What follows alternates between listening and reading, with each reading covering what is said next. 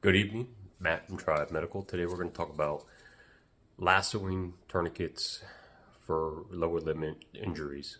The term lassoing means taking the loop and putting it over your boot, your foot, and sliding it up your leg, and why that is wrong. And it's a training scar that's taught in a lot of academies, a lot of schools. It's all over the place. So we're going to demo that today and explain why that's wrong, and it's a training scar that we have to break, either as an instructor or as students. We have to get past this. It is a horrible training scar. Stay tuned. All right, so here's our patient right here. Let's just say this is a motorcyclist that goes down, suffered a leg amputation, and also has an impaled object. For this is a knife, but let's just say it's a piece of road debris, a piece of sheet metal from the side of the road, whatever it may be. He has an amputated leg and he has an impaled object. Taking the tourniquet and lifting this limb to do this, very bad idea.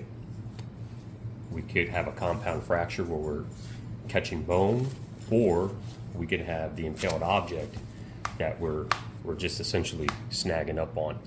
Now, this is a lit area. Lighting conditions are more than adequate, but low light condition, and then add in the stress and the oh fuck factor to everything, you're not going to be thinking clearly. You're going to be seeing this amputated leg, and you're going to be in full let's get to work mode.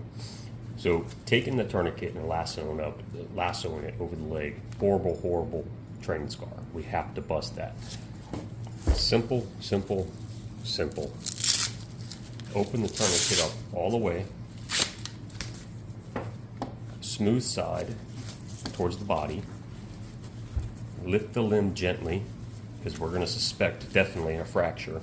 And we're going to shimmy that tourniquet up the leg and secure it.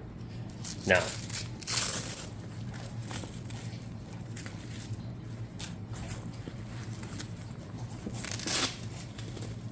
the other mistake with a lot of applications for leg tourniquets is the Velcro isn't fully secured. It doesn't wrap all the way around.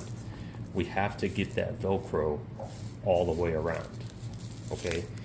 We leave it like this, somebody steps on this, you go to move your patient, and the next thing you know, your patient's on the floor, they put them on a stretcher, they go to move them, and the tourniquet's gonna rip off. So we gotta take that full strap and go as much as possible. How many turns does it take? Till the bleeding stops, all right? Now, be mindful of the impaled object. Never remove an impaled object unless it interferes with CPR, because that impaled object right there could be occluding arterial blood flow itself. We could pull that out, and now we made things even worse. We get our tourniquet secured,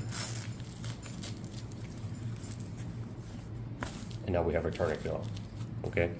Now, for a tactical situation, we want to go high and tight, but for medical, all we need to do is go 3 inches above the wound, never over a joint, all right, never on top of the wound, but we do not need to have the whole, it's got to go high and tight. I've got to go high and tight. That's for a tactical situation. In a controlled environment, for a controlled injury, something that we're not getting shot at, we can go 2 to 3 inches above the wound, and that's fine, okay? If the tourniquet itself, after its maximum amount of turns, you cannot get the bleeding to stop, we'll add an additional tourniquet, and we're going to make sure there's no gap in between the tourniquets, because that's going to create compartment syndrome. So they're going to be kissing tourniquets side by side, not on top of them, not a gap, directly side by side.